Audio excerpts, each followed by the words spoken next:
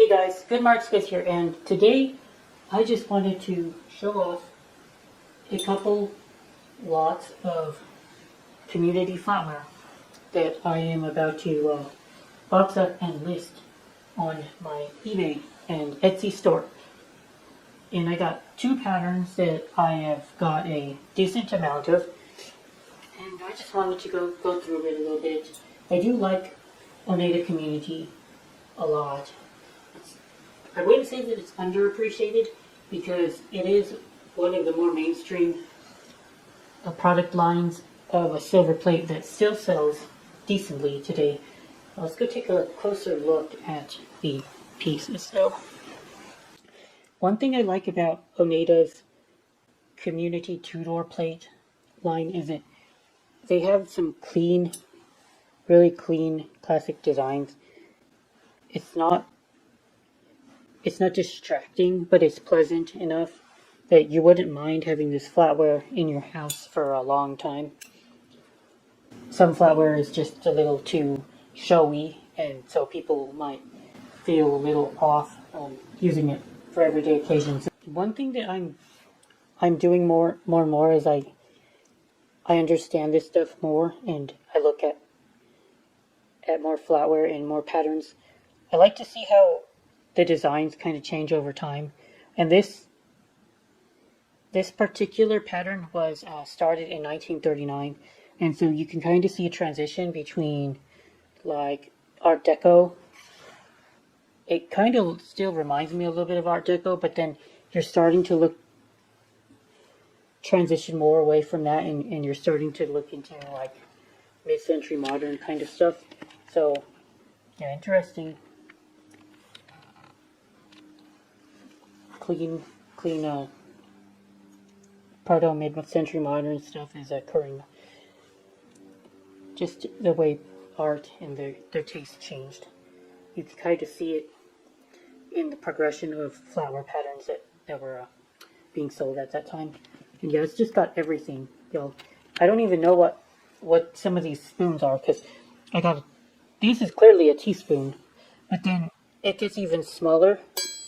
Like, we got this spoon, it's even smaller than the teaspoon, and I thought that would make it a Demitasse spoon, or like a spoon for coffee. And then it gets even smaller, but it's not like a baby spoon or anything.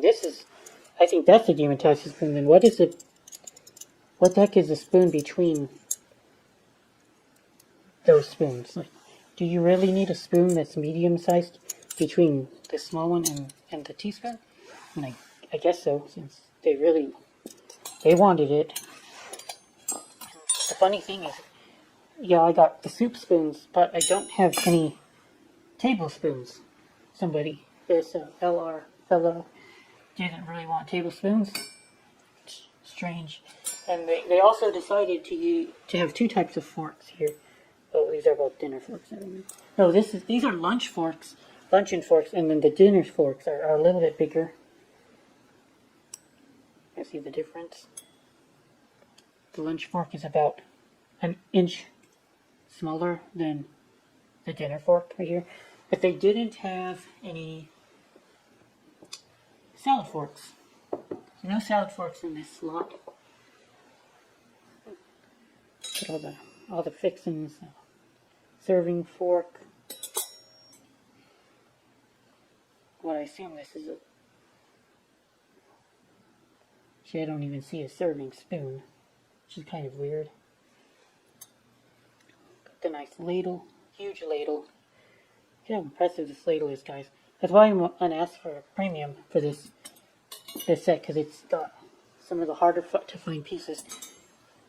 And overall, this pattern is not one of the best-selling patterns by Oneida. That would be Queen Bess too, as far as Tudor plate goes. And I found one of the pieces of Queen Bess too, just to show you guys. And half of all of Tudor plate is Queen Bess, it feels like. So I find this pattern way more than other ones.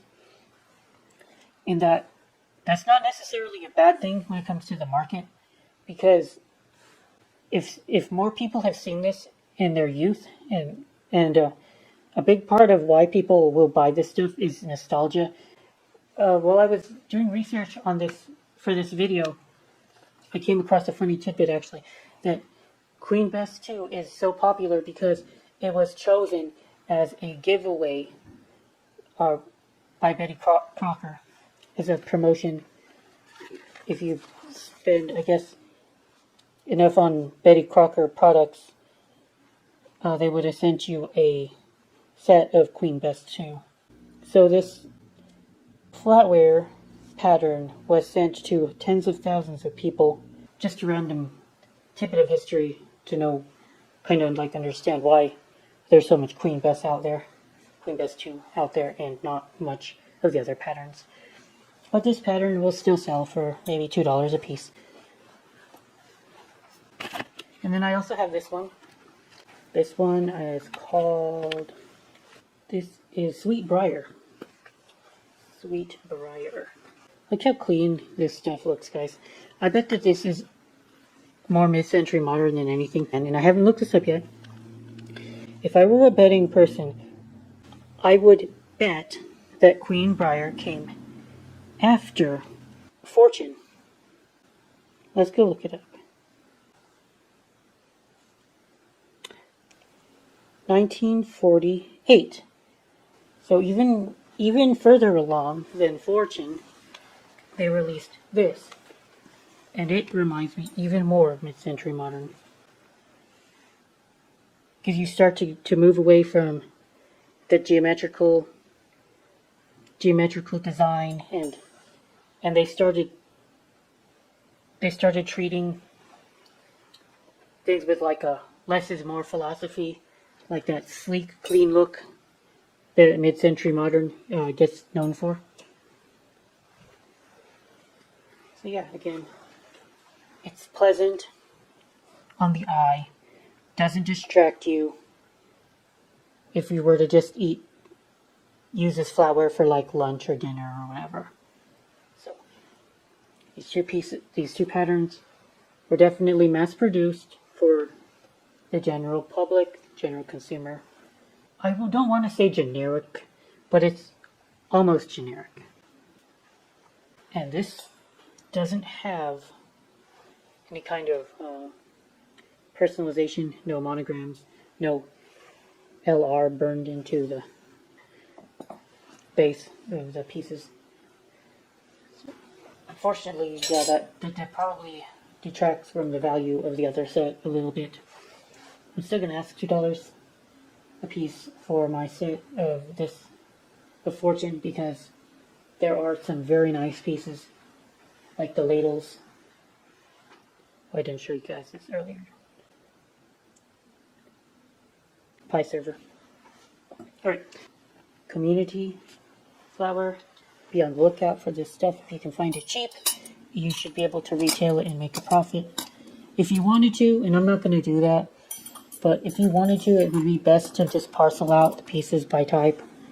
Okay, got salad forks, teaspoons, dinner forks, tablespoons,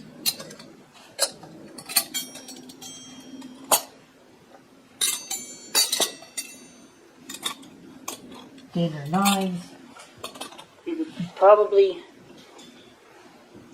be better to parse them out by type and just list them in lots of 6 or 8, but I'm going to sell them all at once if anybody wants to buy a full or close to a full set. Alright guys, more cool stuff in the future. Thank you for watching. Good Marks is out.